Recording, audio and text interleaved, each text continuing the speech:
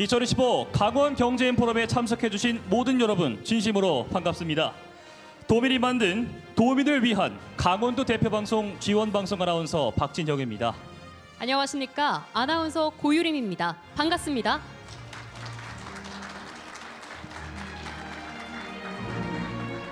네, 강원특별자치도와 한국여성경제인협회 강원지회, 강원여성경영인협회 등이 함께하고 지원방송과 강원청년경제인연합회가 공동 주관하는 오늘의 행사 2025 강원경제인 포럼. 강원특별자치도가 그리고 도민 모두가 행복한 경제도시로 나아가기 위한 방안을 모색하고요. 각계 전문가들의 의견을 경청하며 서로 협력하고 상생하기 위한 감사와 위로 그리고 응원의 자리입니다. 네, 특별히 2025년과 2026년은 강원 방문의 해로 지정이 됐는데요. 아직 전체 집계는 이릅니다만 상반기에 강원도를 찾은 관광객이 7천만 명을 넘어섰다고 하죠. 네, 맞습니다. 지난해와 비교했을 때 증가한 수치라고 하는데요. 내년까지 더 많은 분들이 강원도를 찾아주면요. 우리 지역의 경제인들께서 더욱 힘내실 것 같습니다. 네, 우리 강원특별자치도의 많은 기관과 단체 그리고 주요 내빈분들께서 자리해 주셨습니다. 우선 강원특별자치도 김진태 도지사님 소개하겠습니다.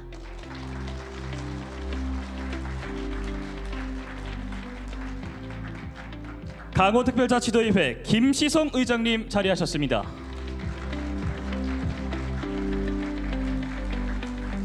네, 이어서 신경호 교육감님 거름해 주셨습니다.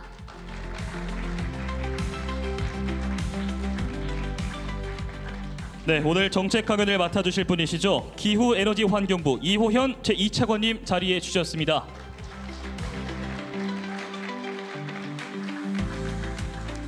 네, 마지막으로 지원방송의 전정률 사장님 소개합니다.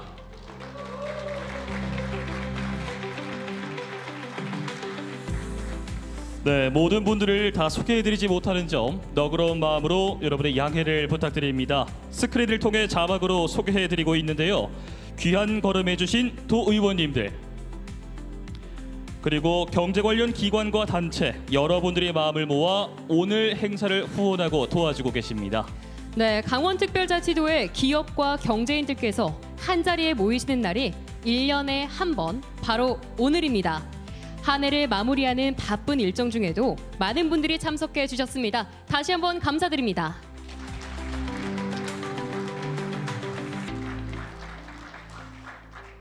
네, 얼마 전 에이펙 정상회의로 우리나라의 브랜드 가치도 또 우리 강원특별자치도를 향한 세계 관심도 높아지지 않았을까 기대하게 되는데요.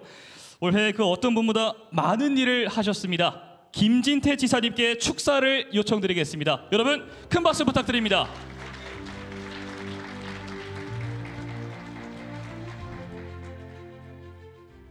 얼마 전에 그 젠슨 왕의 치맥 회동 여러분 다 저 뉴스 보셨죠? 네, 그게 아주 그게 대박이 났었습니다. 거기에 삼성, 현대차, 엔비디아 이렇게 3자 치맥 회동을 하지 않았습니까? 저는 그걸 보고 아 부럽다고만 생각한 게 아니고 저게 우리 강원도 얘기다 이런 생각을 했습니다. 예, 너무 꿈이 크다고요? 자, 우리 강원도도 반도체 시작했죠. 현대차 대신에 우리 미래차 지금 하고 있어요. 그리고 엔비디아가 지금 와서 강원도에 와서 교육을 시켜주기로 됐습니다. 엔비디아 교육센터가 지금 준비가 다 됐습니다. 그러면 된 거 아닙니까? 그 세 개, 전 지구적으로 지금 다 하고 싶어하는 그 세 가지가 이미 강원도에서 시작이 됐고 총 지금 이거를 제가 한마디 하려고 다 통계를 뽑아봤어요. 58개 사업에 1조가 지금 투입되고 있습니다. 이 정도면 된 거 아닙니까, 여러분?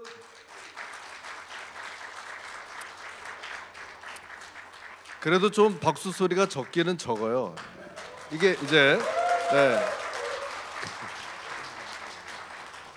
그래도 뭐 이제 시작하는 거 아니냐 이해가 갑니다. 맞습니다. 이제 시작이니까 이해가 갑니다. 그렇지만 우리가 이제 그런 플랜만 가지고 얘기하는 게 아닙니다. 오늘 경제인 포럼인데요. 우리 이호연 차관님은 뭐 한 걸음에 이렇게 오셨지만 우리 강원도 요새 수출이 잘 되고 있습니다. 수출이 목표를 30억 달러로 잡았는데 지금 10월 말 현재 26억 달러. 예, 이렇게 되니까 금년도 30억 달러 목표 달성은 충분할 거로 보여집니다. 이게 뭐 30억 뭐 보통 뭐 몇백억 뉴스만 열면 틀어보면 이러는데 30억 하니까 그렇게 커 보이지 않은가요, 여러분? 이게 4조, 5조를 수출을 하는 겁니다. 강원도 기업들이 열심히 하고 있죠, 우리 기업들이. 네, 정말 다시 한번 이 고마운 마음을 표하고요. 박재희 대표님 또 이렇게 오셔서 좋은 말씀 듣기 때문에 제가 끝까지 다 듣고 가도록 하겠습니다. 고맙습니다. 네, 바로 어제 김진태 지사님께서는 서울 상공회의소를 방문하셨다고 하는데요. 수도권 강원시대 경제협력을 논의하셨다고 합니다. 다시 한번 감사드립니다. 네, 그리고 강원특별자치도의 경제가 더욱 특별해지는 노력, 도의회에서도 애쓰고 계십니다. 김시성 의장님의 격려 말씀 듣겠습니다.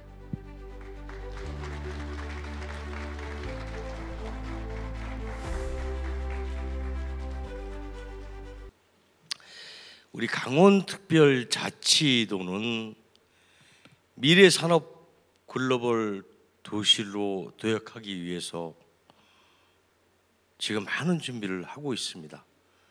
반도체, 바이오, 또 수소 이런 것들을 미래산업 도시를 꿈꾸면서 많은 예산도 투입하고 노력하고 있습니다. 저는 강원특별자치도의 미래는 상당히 밝다고 생각합니다. 그동안에 좋은 기업들이 왜 강원도에 투자를 안 했냐 하면은 각종 SOC 사업이라든가 이런 교통들이 상당히 불편했기 때문에 투자를 안 한 것입니다. 이제는 철도도 완공이 되고 또 동서고속철도도 설계가 들어갔고 또 부산에서 고성까지 철도도 2030년에 완공이 됩니다. 그러면 반드시 지원 기업들이 강원특별자치도에 투자하게 될 겁니다. 우리 김진태 지사님께서 추구하는 미래 첨단 산업 도시를 만드는데 기업들을 유치하기 위해서는 그분들한테 지원을 해줘야 됩니다. 그러면 기업들은 법인세라든가 이런 각종 혜택을 받아서 우리 강원도에 투자할 것이고 좋은 기업들이 들어오면 좋은 일자리가 생기는 겁니다. 그러면 돌아갔던 우리 강원의 청년들은 다시 돌아올 거고 또 외지의 청년들이 강원도에 다시 올 겁니다. 그런데 여기서 큰 문제점이 하나 있습니다. 지금 강원특별법 2차 개정안 속에서 이런 첨단 산업을 키우는데 한계가 있습니다. 근본 3차 개정안은 정말 도민들의 열의와 같은 안들을 많이 담았고 40개의 특별 과제를 담았습니다.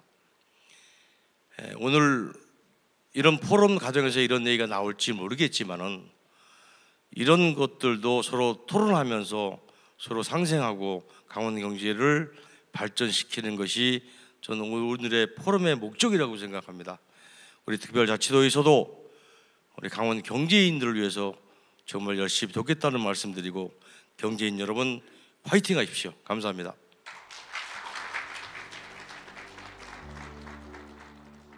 네, 김시성 의장님 감사합니다. 경제인들을 위한 도의회와 의원님들의 노고에 깊은 인사를 전해드립니다. 네, 이번에는 신경호 교육감님을 모셔보겠습니다. 어떤 응원을 해주실까요? 신경호 교육감님의 말씀 청해보겠습니다.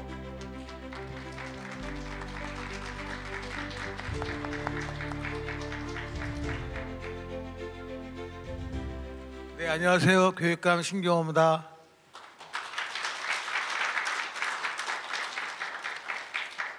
네, 오늘 포럼은 강원특별자치도가 미래 산업으로 도약하기 위한 중요한 이정표가 되는 자리입니다. 이번 포럼이 다루는 7개 미래 산업은 강원의 새로운 경제 지형을 그릴 핵심 분야이며 강원의 지속 가능한 성장은 여러분의 도전과 혁신의 정신에서 비롯됩니다.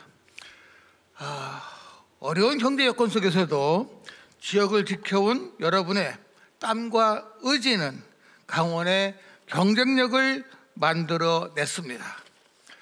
강원 경제를 둘러싼 도전과 기회 속에서 오늘 논의가 새로운 성장 전략을 모색하고 상생의 길을 여는 소중한 발걸음이 되리라 믿습니다.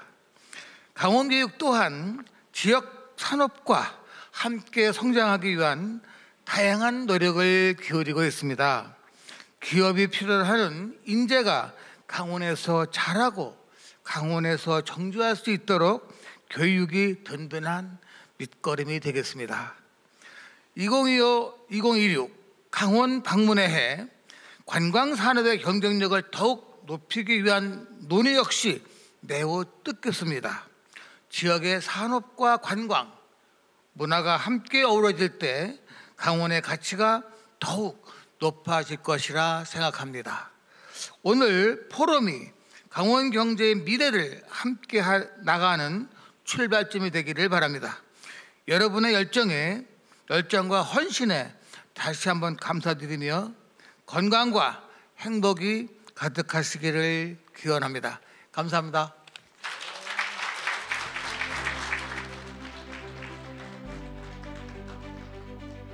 네, 신규구 교육감님 말씀 감사히 잘 들었습니다. 역시 우리 지역의 경제 발전을 위해서는 인재 양성이 굉장히 중요하겠죠. 네, 맞습니다. 어느 자리에 계시든 강원특별자치도민 모두가 바라는 우선순위는 바로 경제 발전일 것 같습니다. 네, 그럼 이번에는 주연방송의 전종률 사장님께서 개회사를 해주시겠습니다.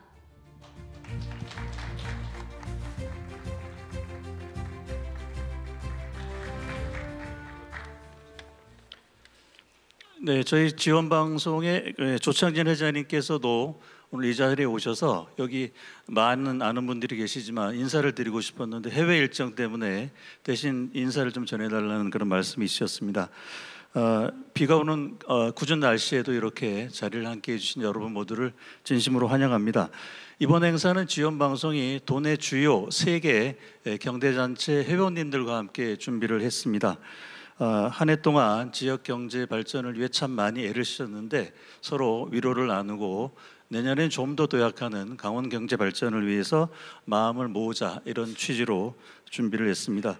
내년엔 더 많은 경제단체들이 참가하도록 해서 김진태 지사님과 김희승 의장님이 잘 이끌고 계신 강원특별자치도의 경제 발전을 위해 좀 더 역량을 집중하겠다는 이런 만들어 보도록 그렇게 약속을 드리겠습니다. 강원자치도 대표방송 지원방송은 앞으로도 계속해서 도내 경제인 여러분을 힘껏 응원하겠습니다. 고맙습니다. 네, 여러분 다시 한번 큰 박수 부탁드리겠습니다. 오늘 포럼은 사단법인 강원청년경제인연합회와 한국여성경제인협회 강원지회와 그리고 사단법인 강원여성경영인협회 회원들께서 참석해 주셨습니다. 우리 경제단체들을 영상으로 소개해드리겠습니다. 한국여성경제인협회 강원지회 회장 신지용입니다. 저희 협회는 1999년 우리나라 최초로 설립된 법정 여성경제단체입니다. 우리나라의 여성기업은 약 326만 개로 전체 기업의 40% 이상을 차지할 정도인데요. 저희 강원지회는 정회원 100여 명, 일반 회원 400여 명이 활발한 활동을 하고 있습니다. 도내 여성기업을 지원하고 인재 양성을 위해 리더십과 역량 강화 교육을 하고 있고요. 지역의 기관과 적극적인 네트워킹으로 협력하며 여성기업을 대변해 정책을 건의하거나 추진하며 사회에 공헌을 하고 있습니다. 여성이 기업하기 좋은 강원, 여성이 주도하는 지속 가능한 경제사회를 만들어 가겠습니다. 한국여성경제인협회 강원제 파이팅! 강원여성경영인협회 김선미 회장입니다. 젊은 세대 말로 강여경 알고 계시죠? 저희는 모두 7개 주회를 운영 중이고요. 250여 분의 회원이 제조, 유통, 서비스 분야에서 활동하고 있습니다. 회원사의 현황을 분석하고 맞춤형 개선 방안을 제시하기 위해 지원하고 전문 지식을 공유하기 위한 모닝 포럼도 열고 다양한 네트워킹에 집중하고 있습니다. 특히 여성 경영인들을 위한 비즈니스 매칭을 위해 애쓰고 있는데요. 회원사 사이의 거래가 활발해지고 신규 사업의 기회도 늘었습니다. 지역에도 많은 관심을 갖고 있습니다. 취약계층을 위한 기부 캠페인을 벌였고 1,000만 원의 아름다운 기부로 이루어졌습니다. 함께할 때 더 강해지는 여성 CEO들의 모임, 더욱 단단한 네트워킹으로 강원 여성 경영인들의 든든한 버팀목이 되겠습니다. 사단법인 강원 청년경제인연합회 강원선 회장입니다. 청년 경제의 중요성은 우리 지역의 경제 활력 증진과 사회적 재생산, 그리고 삶의 질로 알 수 있습니다. 우리 협회는 약 150여 회원사가 함께하고 있으며 지난 3년 동안 지역 청년 기업의 성장과 연대를 위해 쉼없이 달려왔습니다. 또 지자체의 지원에만 의존하지 않고 지역 경제의 변화를 스스로 제안하고 실행하는 청년 경제인의 주체적인 단체로 자리 잡았습니다. 여러 기관과의 협력을 통해 청년 기업인의 목소리를 전달하고 소비 쿠폰 행사나 전통시장 캠페인처럼 도민과 함께 지역 경제를 살리는 활동을 이어왔습니다. 우리 연합회는 강원 청년 기업이 대한민국 100년 기업으로 성장할 수 있도록 현장을 가장 잘 아는 우리 청년들이 앞장서겠습니다. 강원형 경제 생태계를 만들어 가겠습니다. 네, 강원의 경제단체 회장님들 에너지가 여기까지 느껴지는 것 같습니다. 네, 맞습니다. 함께하면 무엇이든 좋아지고 나아진다는 그런 기운이 느껴지는데요. 더 많은 회원들이 함께하신 단체로 성장하실 거라고 굳게 믿습니다. 네, 이제 힘찬 비상으로 강원 경제가 더욱더 살아나길 기대하면서 2025년과 2026년은 강원특별자치도 방문의 해가 되겠습니다. 정말 좋은 기회가 될 텐데요. 좋은 전략으로 우리의 경제가 더욱더 살아나길 바라겠습니다. 자, 이제부터는 진지한 마음으로 포럼을 이어가도록 하겠습니다. 네, 이번 포럼의 정책 강연은 기후에너지환경부 이호현 제2차관님께서 맡아주시겠는데요. 이호연 차관님께서는 앞서 말씀해 주신 것처럼 강원특별자치도 양구 출신이십니다. 공무원들 사이에서 정말 인기 많은 공직자이시면서요. 경제통이라고 불리고 계십니다. 오늘 강연을 잘 경청하시면 좋은 공부가 되실 것 같으니까요. 이 차관님을 다시 한번 박수로 모셔보도록 하겠습니다.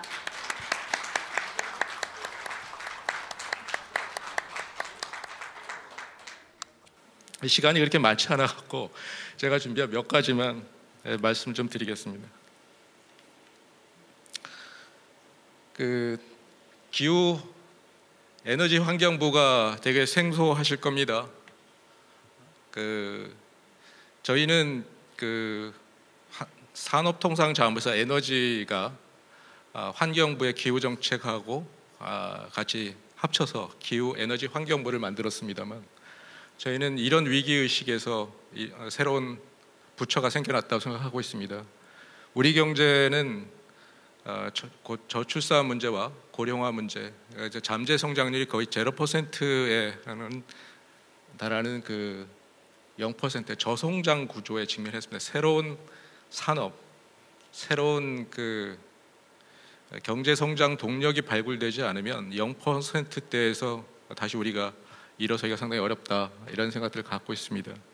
결국에는 앞으로 저희가 새로운 산업, 새로운 성장 동력이 될 수 있는 부분은 기후 산업, 에너지 산업이라고 생각을 하고 있습니다. 그런 차원에서 앞으로 기후와 에너지를 통해서, 기후라는 임팩트를 통해서, 기후위기라는 임팩트를 통해서 새로운 산업, 새로운 성장 기회를 만들어 나가자. 그러려기 이러면은 기존의 산업통상자원부에서 에너지가 그냥 산업을 서포트하는 그런 차원 갖고는 안 되고, 아예 기회를 만들어서 에너지가 새로운 산업으로, 새로운 성장 동력으로 키워야 되겠다라는 그런 차원에서 새로운 부처가 필요하다, 새로운 거버넌스가 필요하다 이런 생각들을 갖고 기후에너지 환경부가 탄생이 됐다는 말씀 좀 드릴 수 있겠습니다.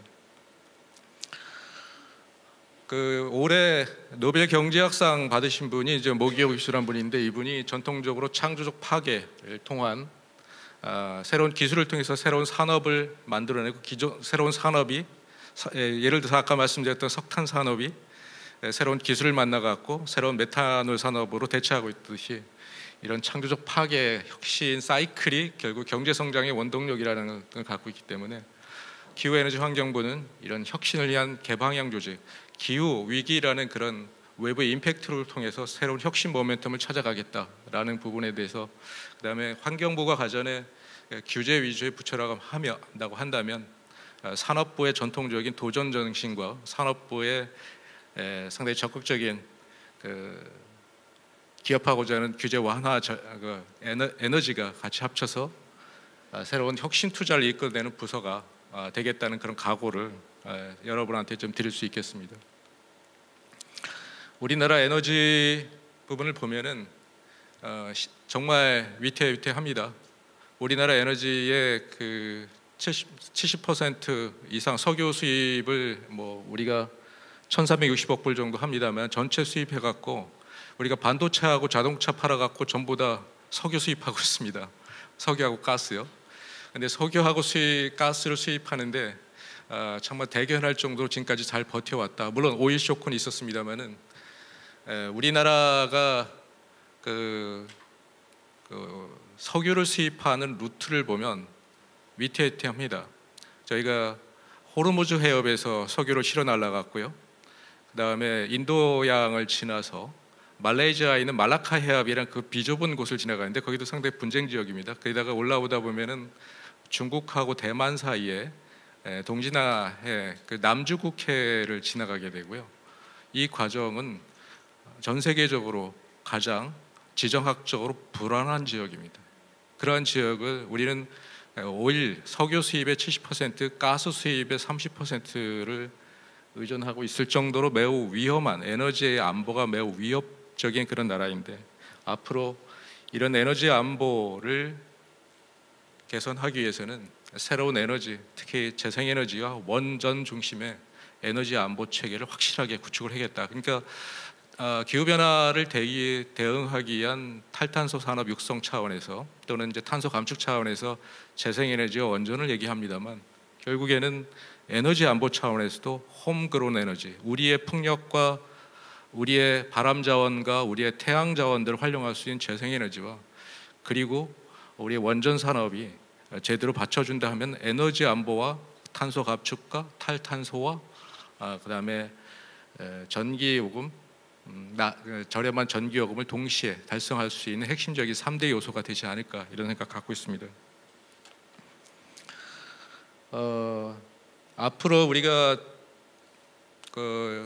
지난번에 온실가스 감축 목표, NDC라고 합니다. 국가 온실가스 감축 목표를 53%, 61%까지 감축하겠다고 해서 이제 발표를 했습니다. 여러분 이제 그게 어느 정도 수준인지는 잘 감은 좀 안 오실 건데, 하여튼 저희가 다소 도전적인 목표를 제시했습니다. 이 도전적인 목표를 제시해주면 아마 기업들이 그 부분에서 선제적으로 투자를 하고, 그 선제적인 투자를 통해서 새로운 비즈니스 기회들이 만들어지기를 희망한다는 차원에서 KGX, 새로운 성장 동력으로 만들어나가는 코리아 그린 트랜스포메이션 전략들, 녹색 대전환 전략들을 저희들이 준비를 하고 있다는 말씀드리겠습니다. 그게 재생에너지 보급 확대고요, 수소에너지 도입 전략이고요, 그다음에 원전의 경쟁력 강화입니다. 이런 그린 트랜스포메이션 전략들을 갖고 하기 위해서는 에너지 생산자와 수요지를 이어지는 에너지 고속도로, 여러분 모두의 제가 말씀드린 동해안 수도권 HVDC와 같은 에너지 고속도로가 필요하고요. 저희는 이거를 서해안, 남해안, 동해안까지 연결하는 U자형 에너지 고속도로를 구축하려고 하고 있습니다. 그 다음에 AI를 활용한 차세대 전력망, 마을 단위 전력망을 좀 많이 만들려고 합니다. 앞으로 제가 시작했던 사업이 아마 가스산업과장 시절에 LPG 마을 단위 보급 사업들 많이 했었는데요. 이제는 LPG 보급 사업을 햇빛 소득 마을과 바람 소득 마을로 대대적으로 바꾸려고 합니다. 이제까지는 이제 도시가스 보급되지 않는 지역 마을에다가 소형 저장 탱크를 한 2.5톤 내지 5톤짜리를 집어넣고 그다음에 배관망 형태로 깔아갖고 도시가스처럼 쓰었지 않습니까? 근데 앞으로는 마을 한가운데다가 에너지 저장 장치를 커뮤니티 에너지 저장 장치를 설치를 할 겁니다. 그걸 통해서 그 인근에다가 태양광 또는 소형 풍력들을 설치를 하고 그다음에 히트펌프 같은 난방 장치들을 설치를 해갖고 1년 365일 24시간 전력 공급을 하면서 난방 문제까지 해결할 수 있는 햇빛 소득, 바람 소득 마을을 대대적으로 구축하려고 합니다. 아마 핵심적인 타깃이 우선적으로 보급할 수 있는 지역이 도시가스가 보급되지 않는 지역, 특히 강원도 지역이 저는 상당히 우선적으로 진행돼야 되지 않겠는가 생각들을 하고 있습니다. 아마 좋은 기회들 많이 만들어 주시면 강원도부터 또는 접경 지역부터 또는 도시가스가 들어가지 않는 지역부터 보급하는 그런 계획들을 갖고 있고 그게 마을 단위의 전력망, 마을 단위의 마이크로그리드라고 저희가 얘기하는데요. 그런 부분에 대해서 아마 새로운 신산업들을 창출될 수 있도록 하겠다는 말씀드리겠고요. 아리백 산단도 구축한다만 뭐 바이오 클러스터 준비를 하고 있습니다만은 강원도에서도 홍천하고 춘천 바이오 클러스터 준비를 하고 있습니다만 또 수력 에너지와 수열 에너지 같은 걸 또 태양광이나 풍력을 활용해서 아리백 산단으로 구축한다고 한다면 정부가 대대적으로 지원하겠다는 말씀드리겠습니다. 나머지 부분에 대해서는 아마 전문적인 내용에 대해서 조금 생략하고 넘어가겠습니다.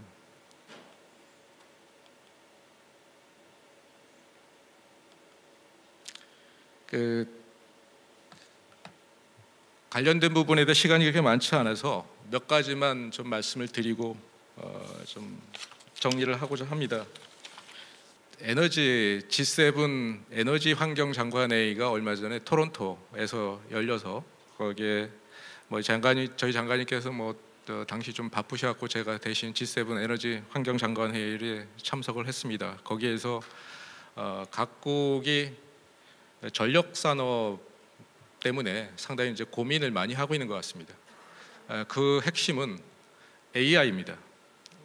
앞으로 제가 전기의 시대라고 말씀을 드렸습니다만 전기의 시대를 뒷받침할 수 있는 것, 실질적으로 전기의 시대를 이끌 수 있는 것은 전력망이 있어야 됩니다. 우리가 전기를 생산하거나 전기 발전소를 많이 지어도 그거를 생산된 전기를 보낼 수 있는 전력망이 없다면 그거는 상당히 좀 무용지물과 같은 거기 때문에 전기의 시대를 만들어내기 위해서는 전력망이 구축이 됩니다. 그래서 전력망을 어떻게 구축할 것인가를 모든 나라 에너지 장관들, 특히 G7의 에너지 장관들이 고민을 하고 있습니다. 그럼 전력망을 어떻게 구축할 것이냐라는 부분에서 고민을 많이 하고 있는데 어느 정도로 고민을 많이 하고 있냐면 최근에 미국의 데이터 센터가 한 2,000여 개가 넘는다 그래요. 근데 그 주별로 보면은 이제 버지니아 주에 한 600개 있고 텍사스 주에 한 600개 있고 이렇게 분포가 되어 있는데 그 데이터 센터의 전력 공급, 데이터 센터 전기를 먹는 하마입니다. 그러니까 데이터 센터의 전력을 공급하려다 보니까 전력 수요가 되게 많이 발생하는 거죠. 근데 이제 전력망이 얼마 안 되니까 전력망에 대한 상당히 부족하다 보니까 예를 들어서 100에 해당하는 전력망이 필요한데 전기 수요가 100이라서 100을 수송할 수 있는 전력망이 필요한데 실질적으로 전력망은 50밖에 안 됩니다. 그렇기 때문에 50을 보충하기 밖에 안 되니까 50의 발전소만 지어줄 수밖에 없고 그거를 이제 경매 시장에 내놔갖고 발전소에다가 경매를 했는데 최근에 그 경매 요금이 10배가 올랐어요. 무슨 얘기냐면 전기 요금이 10배가 올랐다는 얘기.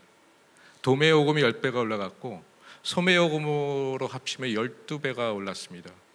그만큼 AI 데이터 센터 전력 수요가 엄청나게 폭발적으로 늘어나고 있다는 겁니다. 자, 이런 부분에 대해서 지금 만약에 강원도에서 데이터 센터라든가 이런 것들을 유치를 하려고 하면 제일 먼저 전력이 있느냐 없느냐부터 보셔야 될 겁니다. 바이오 클러스터 만드시라 그러잖아요. 그러면 제일 먼저 전력이 들어올 수 있느냐 없느냐부터 봐야 됩니다. 저희가 그 산업단지 같은 거 만드시라 그러잖아요. 근데 실질적으로 저희 부에다가 요청하는 거의 대부분의 민원 사항들이 변전소 지어달라, 변압기 설치해달라 이런 요청들이 상당히 많아요. 근데 그게 전력망이 구축되지 않다 그러면 그걸 새로 망을 깔아야 되는데 그렇게 하게 되면 시간도 많이 걸리고 전력망 하나 지으려고 그러면은 3, 4, 5kV 또는 500kV 하나 지으려면 10년 이상 걸리기 때문에 쉽지 않습니다. 그래서 강원도는 동해안 HVDC 아까 말씀드렸다 하고 새로운 전력망을 구축을 해 놓으신다 그러면 여러분들이 하시고자 하는 산업, 여러분들이 하고자 하는 새로운 신산업을 만들어 나가는데 핵심 인프라, 전력 인프라를 가 구축이 돼 있다고 한다면 아마 그런 부분에 대해서 상당히 우선적인 아주 매우 유효한 경쟁을 할 수 있는 매우 유리한 위치에 있지 않겠는가 이런 생각들을 합니다. 그래서 전력 설비를 단순히 이제 기피 시설이라는 이렇게 보시지 말고 우리 지역의 경제 발전, 지역 발전, 일자리 창출, 우리 인구 소멸 또는 인구가 지속적으로 소멸하고 있는 지역들 특히 강원도에 많지 않습니까? 그래서 아까 말씀드렸던 햇빛 소득 마을, 바람 소득 마을들 또 적극적으로 육성해서 거기 또 그런 산업들을 이제 그런 햇빛 소득 마을이나 바람 소득 마을 갖고 그 모델이나 시스템 갖고 해외 수출도 할 수 있습니다. 그리고 에너지 자립도 할 수 있고요. 그런 가운 부분이 더 염두에 둔다고 한다면 에너지 인프라를 어떻게 구축하는 걸까? 지역 경제, 산업 발전, 경제 발전의 핵심적인 요소라는 부분들을 강조드리고 싶습니다. 그래서 아마 여기 계신 강원 경제인 여러분들께서는 앞으로 이 부분을 좀 많이 인식을 하고 계신다고 한다면 그런 인프라 구축을 하는 데 있어서 전력 인프라, 에너지 인프라 구축을 하는 데 있어서의 의지만 보여주신다면 중앙 기후에너지 환경부는 전폭적으로 지원을 아끼지 않겠다는 말씀을 드리겠습니다. 여러분들 건승하시고요. 강원도의 미래가 여러분들 경제인들 어깨에 달려 있는 것 같습니다. 기후에너지 환경부는 여러분들의 든든한 힘이 되어드리겠습니다. 감사합니다.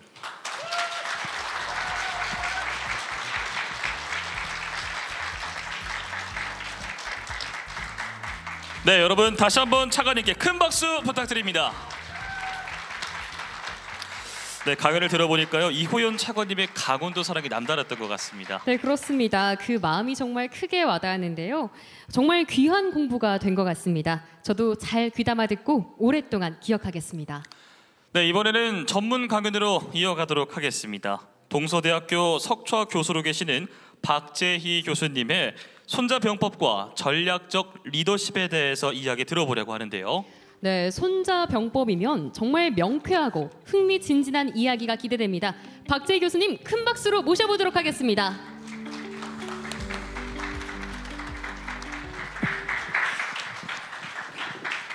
이순신 장군 하면 아시죠? 명량해전.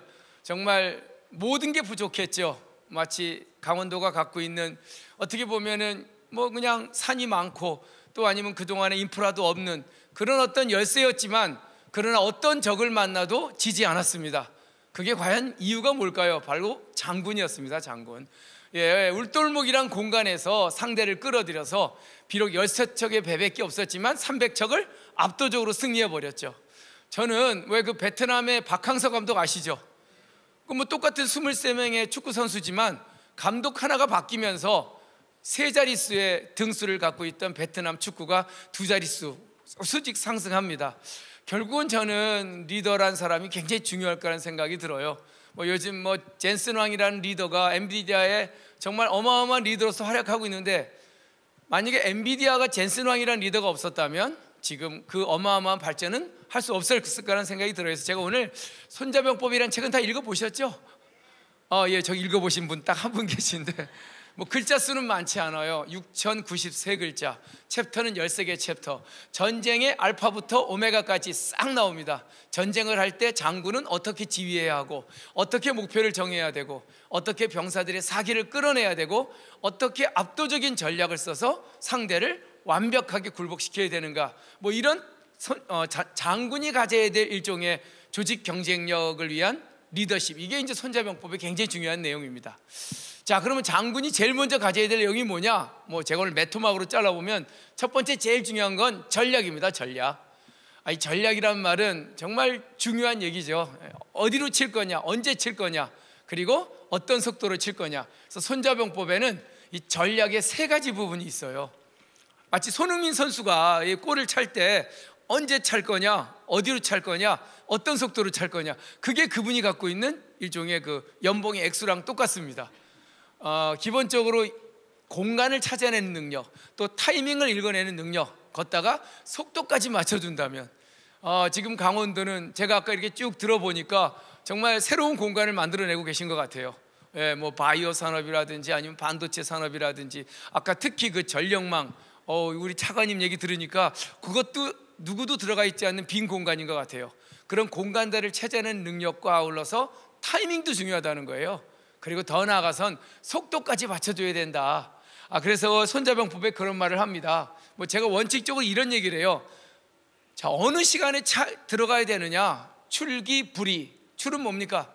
나가라. 언제예요?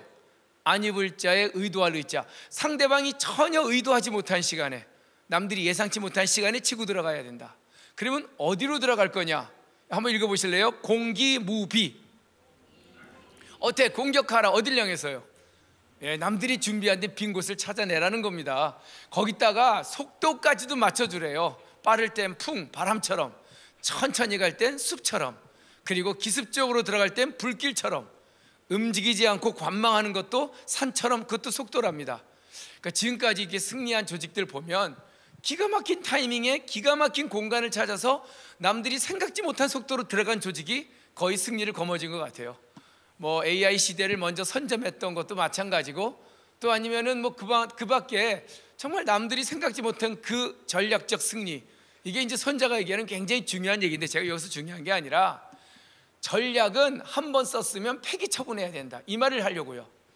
그러니까 어제 갔던 그곳에 오늘 또 들어가는 건 그건 끝난 거래요. 오늘은 좀 이 시대에 맞는 새로운 방식으로 새로운 공간을 찾아내라. 그래서 엘빈 토플러도 이 얘기를 갖고 손자병법을 풀었어요. 야, 제발 좀 그 공간 좀 말고 새로운 공간으로 가봐. 그래서 영어로 그걸 스트레칭 스페이스라 그러더만요. 이 스트레칭 하는 거 아시죠?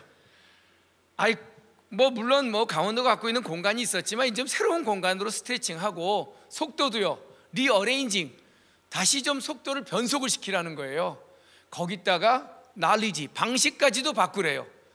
이렇게 3가지 공간을 새롭게 확정하고, 또 속도도 바꾸고, 그리고 하나의 어떤 방식도 바꿔버렸을 때 비로소 새로운 공간이 열리고 새로운 속도가 만들어지고 새로운 승리가 다가온다. 저는 오늘 여기 계신 분들이 다 장군들 맞으시죠? 뭐 여기 대장군부터 시작해서 온갖 장군들이 다 오셨어요. 각 분야에. 또 제가 평소에 잘 알고 존경하는 우리 김영철 회장님 깜짝 놀랐어요. 여기 계신 줄 몰랐습니다. 근데 정말 공부 열심히 하시는 분이거든요. 근데 여전히 또 공부 열심히 하려고 와 계신데, 여간 제가 끝없이 만난 뭐 요즘 말로 하면 잘 나가는 CEO들 보면은 다 끊임없이 새로 고민하고 있어요. 제가 삼성 디바이스 솔루션 반도체 임원들 특강을 매달 나갑니다. 작년에 8월 달에 가장 비상사태가 뭐냐? 엔비디아 그 GPU에 들어가는 HBM 사포가 접었었거든요. 그러니까 그 공간을 못 읽어낸 거예요. 사실 알았었는데 그걸 이제 돈이 많이 들어가니까 그 공간을 접어버린 거죠.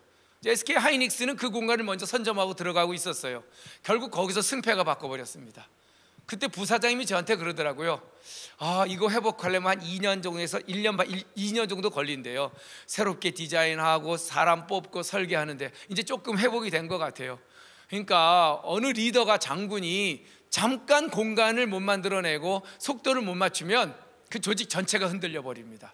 모든 건 그 장군이 갖고 있는 전략적 안목이다. 근데 여기서 더 중요한 건 이렇게 끊임없이 새로운 전략과 새로운 공간과 새로운 속도를 만나기 위해서는 가장 중요한 장군의 능력과 자질이 뭐냐? 뭘 것 같습니까? 머리 좋다고요? 그건 아닙니다. 머리 좋은 장군이 새로운 전략을 짜내진 않아요. 경험 많은 거 그것도 중요하지 않습니다. 어떤 장군이 이런 최적의 새로운 전략들을 짜낼 것 같다는 생각을 하십니까? 예, 손자병법에는 바로 이 절박감이라고 얘기합니다.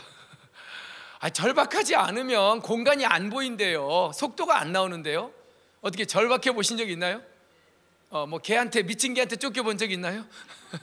속도가 바뀌고요, 공간이 열립니다. 사람이 죽기를 각오하는 일종의 그 절박감이 장군에게 필요하다는 게 오늘 첫 번째 강의입니다. 그래서 손자병법에 이런 말이 나와요. 한번 읽어보세요. 파부침주. 깨트릴 파자에 솥부자. 장군이요, 전쟁터에 나가면 내가 이번 전쟁에서 지면 밥해 먹을 솥이 없다, 내 손으로 내 솥을 깨버리랍니다. 그러면 이제 절박해진다는 거예요. 더 나아가서는 침몰시킬 침자에 배주자. 뭡니까?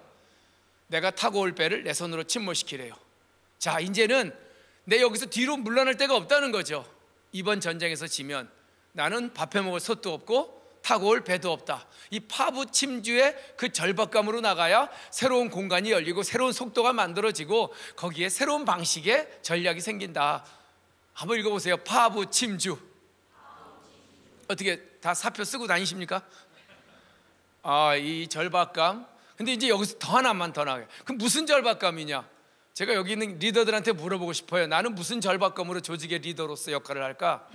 내가 이거 열심히 해갖고 내가 누구한테 칭찬받고 돈 많이 벌어서 내가 사업 성공해서 좋은 차 타고 그거 어디 가서 절박감이라 그러면 안 된대요. 근데 혼자 절박하세요. 장군이 갖고 있는 절박감은 내가 아니라는 거예요.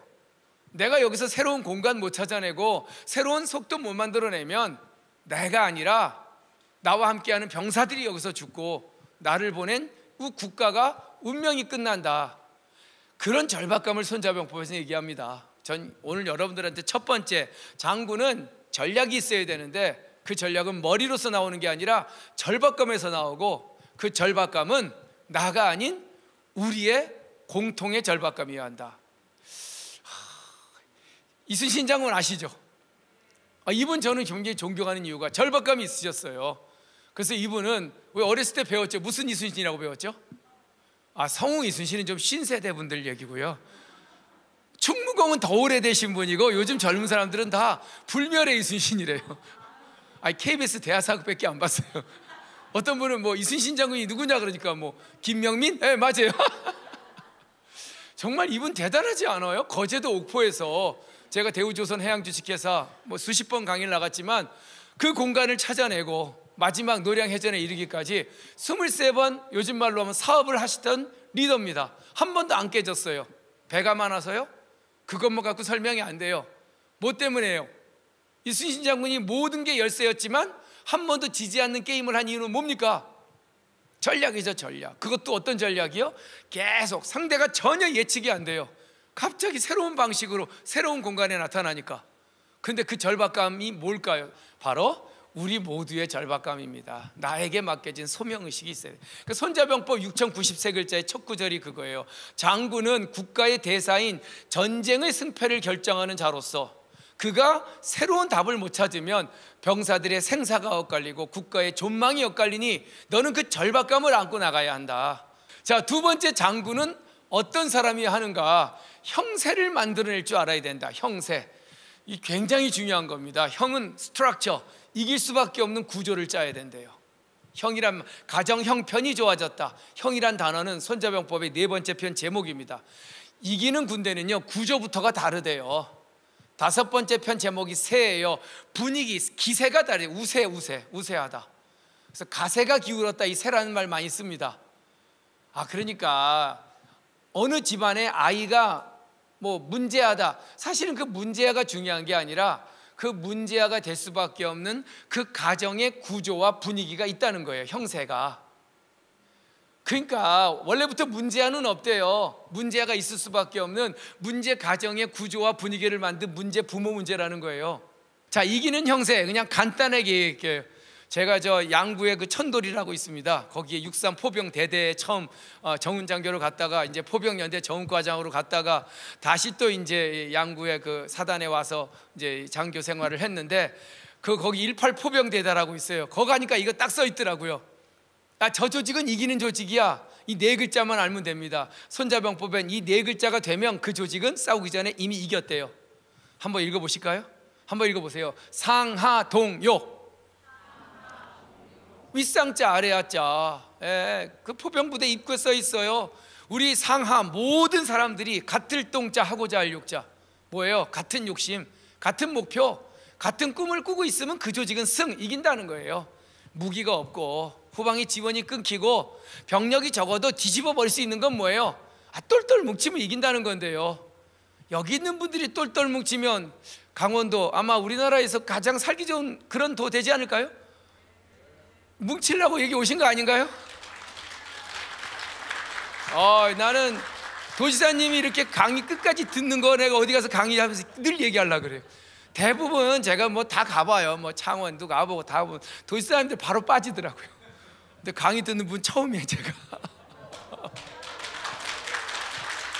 네, 정말 저는요, 뭐 강원도라는 게 사실 산악이 많죠. 저도 여기 살아봐서 알잖아요. 정말 변변한 인프라도 없죠. 그래도 우리는 한마음 한뜻이 되고, 특히 여기 모인 분들이, 청년분들이, 여성 경제인들이, 정말 공직자분들이 똘똘 뭉치면 그 조직은 이긴다. 손자가 얘기하는 제1형세입니다. 그것만 있으면 천시 기상 조건이 안 좋아도, 지리적 여건이 안 좋아도 인화, 결국 사람이 화합되면 이긴다는 거예요. 그래서 제가 LG전자 연수원 가보면 인화가 제일 중요하더라고요. 거기는 조직의 가장 중요한 성패는 우리가 얼마나 똘똘 뭉쳐서 함께 꿈을 꾸고 있는가. 그래서 손자병법에 5월 동주란 말도 나와요. 서로 다른 생각을 갖고 있지만 우리는 같은 배를 타자는 거예요. 동주, 같은 배 타는 순간 우리는 형제가 돼서 손과 발이 하나로 노를 저겨 나갈 것이다. 두 번째 손자가 얘기하는 이기는 형세는요, 제발 좀 이 전략적 사고, 하여튼 전쟁에 나오면요 감정 뭐 이런 그러니까 개인적 욕심 이거 좀 버리고 그래요. 철저하게 이성적으로 판단하래요. 정말 계산하래요. 그래서 어떻게 이길지에 대한 합리적이고 이성적인 판단이 있으면 그 조직은 이긴다는 거예요. 근데 대부분들 감정이 왜 그 고스톱 쳐보셨나요? 여기서 이런 얘기하면 되나? 뭐 못 먹어도 이거 큰일 납니다. 못 먹으면 뭐예요? 수독. 이게 손자병법식 사유예요. 안 되면 36개? 이게 또 손자병법식 사유예요. 아니 승산이 없는데 왜 무리하게 감정으로 이기지도 못할 싸움에 벌나방처럼 달려드느냐. 그건 네 목숨이 아니라는 거예요. 창피하다고요? 아니면 장군이 남한테 창피한 것 때문에 병사들을 사지로 몰아넣어요? 그건 아니죠. 장군은 남의 칭찬과 비난에 연연하면 안 된대요. 이순신 장군은 인사권자한테 찢겨서 별까지 다 내버리고 백의종군했어요. 그래도 아닌 건 아닌 거예요. 왜? 이건 내 문제가 아니라 내가 여기서 무리한 공격을 하고 정말 후퇴해야 될 때 후퇴 못하면 나와 함께하는 자들이 몰살이 되고 나를 보낸 이 국가가 결국은 망하게 되니, 난 개인의 문제가 아니라 너의 칭찬과 비난 때문이 아니라 오로지 합리적인 계산. 그래서 많은 분들이 이순신 장군이 23번 싸워서 23번 다 이긴 이유가 뭐예요? 어떤 분 딱 한마디로 질싸움은 안 하셨다. 뭐예요? 합리적으로 싸운 거예요. 이길 수밖에 없는 구조와 분위기를 만들어 놓고 질 수밖에 없는 상대를 만나 싸운 겁니다. 베트남전에서 미국, 프랑스 다 이긴 보구엔잡 장군이 손자병법 전문가입니다. 그 사람이 그래요. 질싸움은 안 한대요. 상대가 원하는 방식으로 안 싸운답니다. 상대방이 원하는 장소에서 안 싸운대요. 모든 건 내가 주도권을 쥐고 이길 수 있는 상대만 골라 싸운다. 내가 베트남 정글에 땅굴 파고 욕한다고 그거 상관없대요. 이기기 위해서는 내 땅굴도 파겠다는 건데 뭐. 그러니까 장군은 칭찬과 비난에 연연하지 않고 오로지 정말 조직의 생존을 고민하는 자다. 마지막 구절입니다. 한번 읽어보시죠. 전승불복. 정말 장군은 조직의 정말 꽃입니다. 전략을 짜내고 그 절박감을 공감시키고 이길 수밖에 없는 구조와 분위기를 만들어내고 신뢰와 그리고 그들의 마음을 얻어서 승리를 이루는데, 마지막 이 구절, 전쟁에서 승리는 안 입을 자 반복할 복자, 반복되지 않는다. AI가 계속 발전하고 전력망이 필요할 때 정말 새로운 방식으로 게임하지 않으면 안 된다. 저는 이 전승불복, 우린 그동안 계속 승리라는 것이 한 번 하면 끝나는 줄 알고 있어요. 그런데 승리는 계속되어야 됩니다. 그러려면요 변해야 돼요. 변하려면요 지금의 익숙한 것과 결별해야 됩니다. 그런 용기가 필요해요. 손자는 그래요. 전쟁에서 승리했다고, 이번 전략이 통했다고, 거기서 환호한 순간 무조건 무너진대요. 자, 승리는 잊어버리고 다음번 우리는 어디로 가야 될지, 어떤 속도를 만들어야 될지, 어떤 방식으로 싸워야 될지 끊임없이 이 시대가 요구하는 방식으로 변해야 된다. 이게 손자가 얘기하는 지속적인 승리를 이뤄내는 장군의 철학. 한 번 이긴 승리는 영원히 반복되지 않는다. 코닥이란 필름 회사는 지금 없어진 지 오래예요. 인텔 인사이드 지금 흔적도 없습니다. 노키아 핀란드 경제 20%를 차지한 기업이 지금 밑으로 내려갔어요. 왜? 변하지 않았기 때문에. 전 여기 모이신 분들이 아까도 계속 화두가 그겁니다. 지금 이 시대가 요구하는 트렌드가 뭐고, 거기에 우리는 어떻게 변해야 되고, 어떻게 방식을 바꿔야 되고, 어떻게 공간을 찾아내야 되는가. 그게 오늘 손자병법의 가장 중요한 화두입니다. 읽어보시죠. 전승불복, 응형무궁. 무궁이 바꾸래요. 대응하라. 모습을 끊임없이 변화하는 세상에 내 모습을 대응했을 때 그 승리는 영원히 지속될 수 있을 것이다. 이게 손자가 얘기하는 가장 중요한 승리의 원천입니다. 제가 운영하는 석천학당입니다.